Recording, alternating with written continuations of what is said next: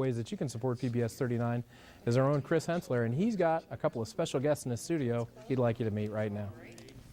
We do have special guests. On the far right over here, we've got Bob Roets, owner of Wooden Nickel Records. Thanks a lot, Bob. And of course, again with me is Doc West. You know, I was telling somebody about this earlier. I cleaned out my dresser drawer last week, and I found a wooden nickel in there. All right.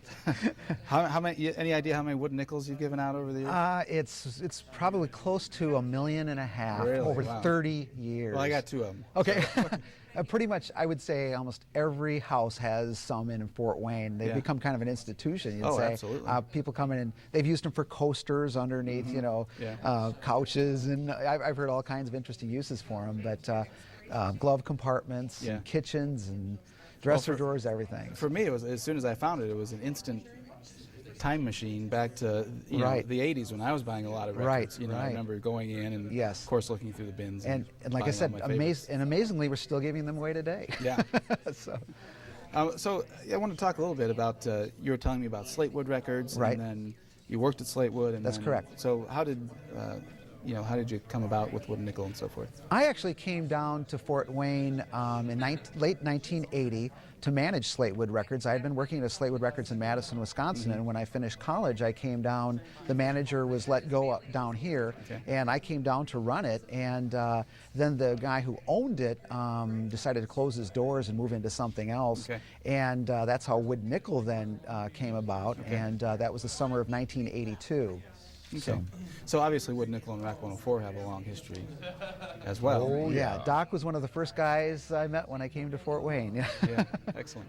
And the other thing I wanted to talk about is I was just asking Doc what he knew about Joe as far as, we're giving away the meet and greets with the $180 pledge. Some of the artists that you come across, it's like, they do so many meet and greets, they just want to sign your album and send you on your way.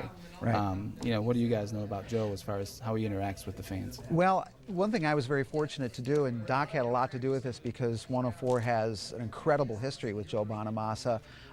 Early on in his career, one of the things that was really cool that was set up was Joe would come, every time he played in Fort Wayne, he would come to Wooden Nickel, he would play an acoustic set, then he would give away a signed guitar.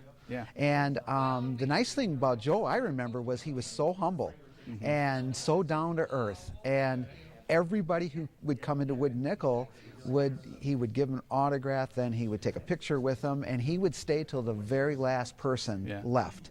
And a lot of artists I've dealt with, they'll say, I'll give you 20 minutes, I'll give you 15 minutes, and do the best with the time you can. But he would stay till the very last person left. Yeah, it's really too bad some of those artists don't pay more attention to their fans, because obviously that's why they're there, is because of the fans. So it's kind of refreshing when somebody doesn't have that, that preconceived notion about, I got to get out of here in 15 minutes, or Right. I don't know what they're late for, but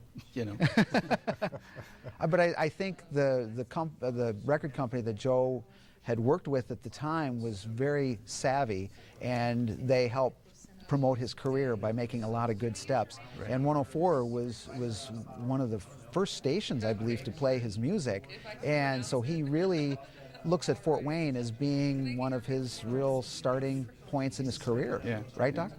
It's us, San Francisco, and Austin, Texas.